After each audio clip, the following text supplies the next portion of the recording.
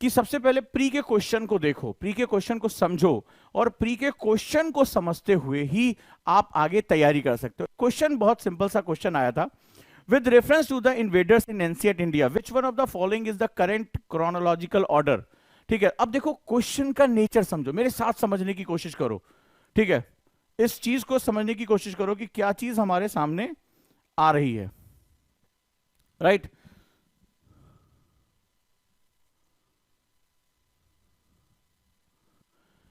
अब with reference to the invaders, अब question का नेचर समझो तभी स्ट्रैटेजी बना पाओगे। क्वेश्चन क्या पूछा है? हम लोग जब एनसीईआरटी की बुक्स पढ़ते हैं तो हमारा ध्यान फैक्ट पे होता है। ठीक है, फैक्ट पे होता है। अब जरा इसकी गहराई समझो कि यूपीएससी क्वेश्चन कैसे पूछता है, ताकि आप लोग शांति से स्ट्रैटेजी बना सको कि ये स्ट्रैटेजी कैसे होती है। With reference to the invaders in ancient India, which one of the following is the correct chronological order? प्राचीन भारत में आक्रमणकारियों के संदर्भ में निम्नलिखित में कौन सा एक सही कालानुक्रमिक क्रम है? तो मैंने जब थिंकिंग करना आपको बताया था आंसर राइटिंग की क्लास में, तो मैंने उसमें सीक्वेंस के बारे में बताया था, याद होगा? जो मेरे आंसर राइटिंग का कोई स्टूडेंट है यहां पर, जब मैंने बताया था थिंकिंग कैसे करते हैं, लिखने से पहले सोचना पड़ता है। अगर कोई क्लास में हो तो मुझे मैसेज कर सकता है, यस सर हम उस क्लास में हैं। राइट और आपको मैंने उसमें आपको डिफरेंट स्टेप्स बताए थे, 7 से 8 स्टेप की कैसे सोचा जाता है, कैसे जो है थिंकिंग की जाती है। आप में से कई लोग यस लिख रहे हैं, यस। तो अगर आपने याद होगा तो उसमें मैंने आपको क्रोनोलॉजिकल सीक्वेंस बताया था कि हिस्ट्री में ये बहुत मदद करता है। ठीक है, सोचने में, लिखने में, पढ़ने में। अब जरा ध्यान से देखो यहां पर क्या लिखा हुआ है, ये डिफरेंस समझो। यहां ये नहीं कह रहा है कि भारत में कौन सा आक्रमणकारी इन्वेडर्स, बाहर से विदेशी आक्रमणकारी भारत आया, वो ये नहीं कह रहा है। वो कह रहा है कि इनका सही क्रम क्या है। अगर आप केवल आक्रमणकारियों के नाम याद हैं, आपको सन याद है, लोग हिस्ट्री को सोचते हैं कि ये सन के बारे में, ये हमने फलाना सन याद कर लिया, फलाना जो है ईयर याद कर लिया तो हमें याद हो गया। अब जरा अंतर समझो, यही अंतर तुम्हें समझाना है कि एनसीईआरटी बुक्स आपके पास होने के बावजूद भी आपका सिलेक्शन क्यों नहीं होता, ये जानना आपके लिए बड़ा जरूरी है। तो आपने ये क्वेश्चन देखा कि प्राचीन भारत में इन्होंने इन्वेडर्स के नाम नहीं पूछे, इन्होंने पूछा है क्रोनोलॉजिकल ऑर्डर यानी क्रोनोलॉजिकल सीक्वेंस। मैंने यही आपको सिखाया था।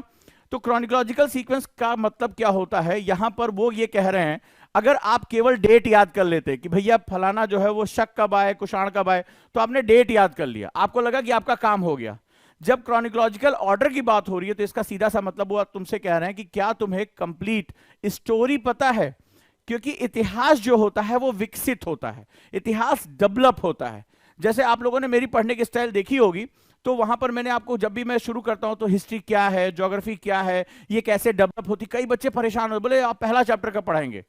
जैसे अभी ज्योग्राफी पढ़ा रहा हूं तो मैं एनर्जी, मैटर, पूरा सिस्टम क्या है, वाटर साइकिल क्या है, कैसे जो है वो नेचर की साइकिल आपस में इंटरेक्ट करती है, ह्यूमन की कहानी क्या है, ह्यूमन आकर पूरा सिस्टम डिस्टर्ब कैसे कर रहा है। अब धीरे धीरे ऐसा हो गया कि शुरुआत की 4-5 क्लास में बच्चे उलझे कि क्या कर रहे हैं, और अचानक से जैसे उनके कॉन्सेप्ट जुड़ने शुरू हुए, मैं क्वेश्चन पूछता जा रहा हूं, क्वेश्चन पूछता जा रहा हूं, धड़ाधड़ आंसर देते जा रहे हैं।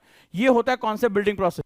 तो जब आप क्रोनोलॉजिकल ऑर्डर में जाते हो तो आपको पूरी चीज पर कमांड होनी चाहिए, क्योंकि यूपीएससी जो है वो इसके बारे में बात करता है कि पूरी चीज आपको कमांड है कि नहीं है।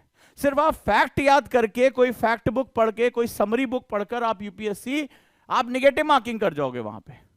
हो सकता है आपको शक के बारे में पता हो या आपको ग्रीक के बारे में पता हो, लेकिन आपको सही डायरेक्शंस के बारे में पता होना चाहिए, सही चीजों के बारे में पता होना चाहिए। अगर आप इस तरह से पढ़ पाते हो तो यूपीएससी आप आसानी से, यूपीएससी का क्वेश्चन है, प्री का क्वेश्चन है लास्ट ईयर का, तो इसमें पूछ रहा है कि सही क्रम क्या है। इसका मतलब मुझे हॉलिस्टिक अप्रोच क्रिएट करना है। अब एनसीईआरटी में कहां है?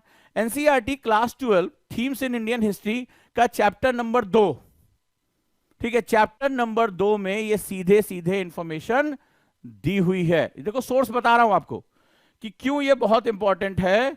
जहां पर अलेक्जेंडर आया, फिर शक आया, फिर कुषाण आया, और ये पूरा जो है वो इसमें पूरे चैप्टर में ये इंफॉर्मेशन बिखरी हुई है। इसी को बोलते हैं बीटीएल स्टाइल में पढ़ाई करना। बीटीएल स्टाइल में पढ़ाई करना, बिटवीन द लाइन, यानी चीजों को लिंक करते हुए पढ़ना।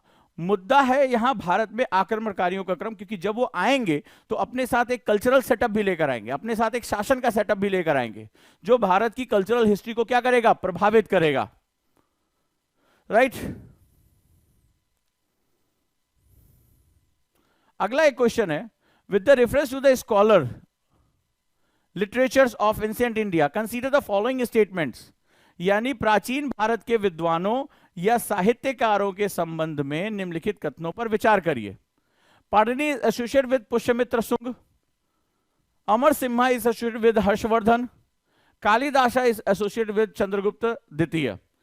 प्राचीन भारत के विद्वानों साहित्यकारों के संदर्भ में निम्नलिखित कथनों पर विचार करिए। ये इन्वर्टेड क्वेश्चन है, इसको इन्वर्टेड क्वेश्चन बोलते हैं। यानी किस राजा के, इतिहास में हम राजाओं के शासनकाल के बारे में पढ़ते हैं, उस शासनकाल में कला, साहित्य, संस्कृति, आर्किटेक्चर, इन सब में बदलाव होता है। राइट, इन सब में बदलाव होता है। तो यहां पर वो बदलाव हमें देखने को मिल रहा है। राइट, देखने को मिल रहा है। तो यहां पर जो है वो इसके बारे में आपको बहुत डिटेल में जानकारी दी गई है। अब यहां उल्टा क्वेश्चन पूछा कि कौन से जो लिटरेचर स्कॉलर्स थे वो किस के शासन काल में थे। तो आपको हॉलिस्टिक अप्रोच लेकर, पुष्यमित्र शुंग का शासनकाल में कौन था, हर्षवर्धन के, चंद्रगुप्त के, तो आपको इंटरलिंक करना पड़ेगा। इंटरलिंकिंग तरीके से पढ़ाई ही आज की डेट में सबसे इंपॉर्टेंट सेगमेंट है। और ये छोटे छोटे फैक्ट्स होते हैं जो हमसे मिस हो जाते हैं, ये छोटी छोटी गलतियां हमसे जो है मिस हो जाती है। और जानते हो इसका सीधा सीधा एनसीईआरटी क्लास 11 चैप्टर नंबर 11 सीधे इसका सोर्स है। ठीक है, क्लास 11 चैप्टर नंबर 11 सीधे सोर्स बता रहा हूं, सीधे क्वेश्चन यूपीएससी का क्वेश्चन है, ये वहां से आया है। तो इस तरह की छोटी छोटी इंफॉर्मेशंस के मदद से, अब जैसे ये पहला स्टेटमेंट गलत है लेकिन हमें ये ध्यान नहीं आ रहा, या मान लो अमर सिंह का स्टेटमेंट जो हमारा गलत है, तो हमें वो चीज ध्यान नहीं आती है एग्जाम में। इसी चीज के लिए प्री निगेटिव मार्किंग कर बैठता। अब देखो, मैंने पहले भी इससे पहले क्लास में कहा था क्यों टफ होता है। एक क्वेश्चन है, इसके अंदर 3 क्वेश्चन एसोसिएट है। ये एक्चुअली में एक क्वेश्चन नहीं है, इसके लिए तुम्हें अलग से पढ़ाई करनी है। ये एक अलग चैप्टर है, दूसरा स्टेटमेंट अलग चैप्टर है। आपको पूरी चीज याद रखनी है, पूरी चीज याद रखनी है, और तब मिलाकर फिर कह रहा है, फिर आंसर कह रहा है 1 and 2, 2 and 3, 3 only, 1, 2 and 3। अब आप देख रहे हैं ये कोई एक क्वेश्चन नहीं है, पूछ नहीं रहा है कि पाणिनि किसके राज्य में थे, आपने टिक लगा दिया और आपका आईएएस बन गए। नहीं, प्री निकालने के लिए आपको संपूर्ण जानकारी चाहिए। और ये तय है कि अगर आप एक बुक से पढ़ते हैं, एक सोर्स से पढ़ते हैं, तो आप कोई ना कोई जानकारी छोड़ देंगे। ये बहुत इंपॉर्टेंट है। अब जरा क्वेश्चन का नेचर देखिए कि एनसीईआरटी हमें कैसे इस्तेमाल करनी है। Which one of the following NCR town is well known for its elaborate system of water harvesting and management by building a series of dams and channelizing water into connected reservoir? अब देखो question कैसे पूछा है, question का nature समझो। UPSC pre कहां तक जा सकता है, क्यों ये बहुत टफ हो जाता है, क्यों कोई एक रिसोर्स जो है वो इसको नहीं पकड़ पाता है। आप जैसे कहीं किसी और एकेडमी में भी पढ़ रहे हैं, कोई बात नहीं है, आप 99 रुपए में मैंने इसीलिए रखा है कि बच्चे को सोचना ही ना हो। मैं कह रहा हूं उस टीचर ने तुम्हें 8 पॉइंट पढ़ाए हैं, 8 पॉइंट मेरे पास से तुम्हें मिल गए, तुमने मिला लिया और अपने आंसर को सही कर लिया। क्वेश्चन जरा देखो क्या चीज चल रही है। कह रहा है which of the following ancient town is well known for its elaborate system of water harvesting and management by building a series of dams and channelising water into connected reservoir. निम्नलिखित में से कौन सा प्राचीन शहर बांधों की एक श्रृंखला बनाकर जो चेक डैम्स थे और जुड़े जलाशयों में पानी को प्रवाहित करके जल संचयन और प्रबंधन की विस्तृत प्रणाली के लिए प्रसिद्ध है। ठीक है, धौलावीरा, कालीबंगा, राखीगढ़ी या रोपड़। अब क्वेश्चन पहले समझो, आंसर के बारे में बाद में बात करें। क्वेश्चन का देखो नेचर क्या है। क्वेश्चन का नेचर है, ये क्वेश्चन कई बार कई रूपों में आ चुका है। जैसे एक बार ये क्वेश्चन आया था कि जो हड़प्पा सभ्यता है वो सबसे ज्यादा सिविलाइज, सबसे ज्यादा अर्बन कल्चर रहा है, शहरी सभ्यता। और जिस देश के पास हड़प्पा सभ्यता हो वहां के शहर आज प्रदूषण और जो है ट्रैफिक जाम, इन सबसे परेशान है, अनियोजित शहरीकरण से परेशान है, झुग्गी झोपड़ियों से परेशान है। तो ऐसी कंडीशन में अब आप देखो, आज तुम्हारे शहरों में जल प्रबंधन की समस्या, वाटर मैनेजमेंट बहुत बड़ा क्राइसिस बन चुका है। आज हमारे डैम्स में जो है पानी नहीं है, आज हम प्रॉपर जो है वो सिंचाई व्यवस्था नहीं बना पा रहे हैं। भारत की अभी भी 40%, 42% ज्यादा जो एग्रीकल्चर है वो मानसून आधारित है। मानसून आया तो अच्छा है, नहीं तो फिर सब बेकार है। क्या बोला जाता है, हमें क्या पढ़ाया जाता है, भारतीय कृषि मानसून का जुआ है, यही तो हमें पढ़ाया जाता है। और उसी भारत की धरोहर के रूप में हमें क्या दिखाई पड़ रहा है, हमें दिखाई पड़ रहा है कि एक समय इसी भारत में हम बांधों की श्रृंखला बनाते थे, वाटर मैनेजमेंट पे हम बॉस थे, वाटर मैनेजमेंट का बॉस। तो हम इतिहास क्यों पढ़ते हैं, मेरा स्टूडेंट ये बात अच्छी तरह जानता है, हम इतिहास क्यों पढ़ते हैं। इतिहास हमें हमारा आईना दिखाता है। और भारतीय इतिहास तो बहुत महत्वपूर्ण है, क्योंकि हम जो आज जिन समस्याओं का सामना कर रहे हैं, आप ऑफिसर बनकर जिनका सॉल्यूशन निकालेंगे, उनका सॉल्यूशन हमारे इतिहास में छुपा हुआ है। हम ऐसा कर चुके हैं और जो राष्ट्र अपने इतिहास, अपनी धरोहर को सही तरीके से समझता है, प्रधानमंत्री ने भी यही बात कही, बहुत पहले क्लास में पढ़ाया था, वो राष्ट्र के उदय होने की संभावना बढ़ जाती है। तो देखिए क्वेश्चन कंटेम्पोररी है, इतिहास का क्वेश्चन है, लेकिन समस्या क्या है? समस्या समसामयिक है। आज तुम्हारे शहरों में पीने का पानी नहीं है, आज हमारे पास जो है वो सिंचाई की व्यवस्था अच्छी नहीं है, हम जल प्रबंधन का जो है वो मैनेज नहीं कर पा रहे, हम कुप्रबंधन का शिकार हैं। ये देखिए आपके सामने आ गया, ये आपके सामने है क्वेश्चन, ये यूपीएससी प्रील का क्वेश्चन है, ये आ चुका है, राइट। और इसका सोर्स भी जो है वो क्या है? आंसर इसका ये है, themes in Indian history part 1, class 12 की एनसीईआरटी से क्वेश्चन आया है। ये जो है 7th क्लास की एनसीईआरटी में भी, इसके बाद 6th क्लास की एनसीईआरटी में भी दिया हुआ है। तो जो इस तरह से जो सेगमेंट्स हैं वो बड़े इंपॉर्टेंट हो जाते हैं, बड़े इंपॉर्टेंट हो जाते हैं। उसके साथ जो है वो आपको इस तरह से काम करना होता है। तो ये बहुत ध्यान देने वाली बात है कि क्वेश्चन का नेचर जब तक तुम नहीं समझोगे, तब तक तुम अगर ये सोच रहे हो कि एनसीईआरटी हमने लाइन बाय लाइन पढ़ ली और हो जाएगा, आप क्या देख रहे हो? आप देख रहे हो कि किसी एक जगह से क्वेश्चन नहीं आ रहा है, उसके अलग अलग हिस्सों से वो क्वेश्चन कलेक्ट कर रहे हैं और क्वेश्चन आपके सामने बना रहे हैं।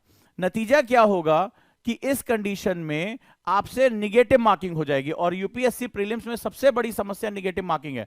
जैसे ये गलत हो गया, आपने कोई गलत चॉइस कर लिया, 0.66 मार्क्स आपके डिडक्ट हो जाएंगे। इसी वजह से हमारा सिलेक्शन नहीं होता। हमें लगता है कि ये हमने लाइन पढ़ ली, इसमें से उठाकर क्वेश्चन पूछेंगे, बताइए पाणिनि किसके शासनकाल में थे, आप टिक लगा के चले आएंगे और मम्मी से कहेंगे मम्मी मैं आईएएस बन गया। तो ऐसा वहां होता नहीं है। वो पूरी हॉलिस्टिक नॉलेज चेक करना चाहते हैं, यानी आपको जिसे कहते हैं connecting the dots. Connecting the dots technology आपके लिए बहुत इंपॉर्टेंट है।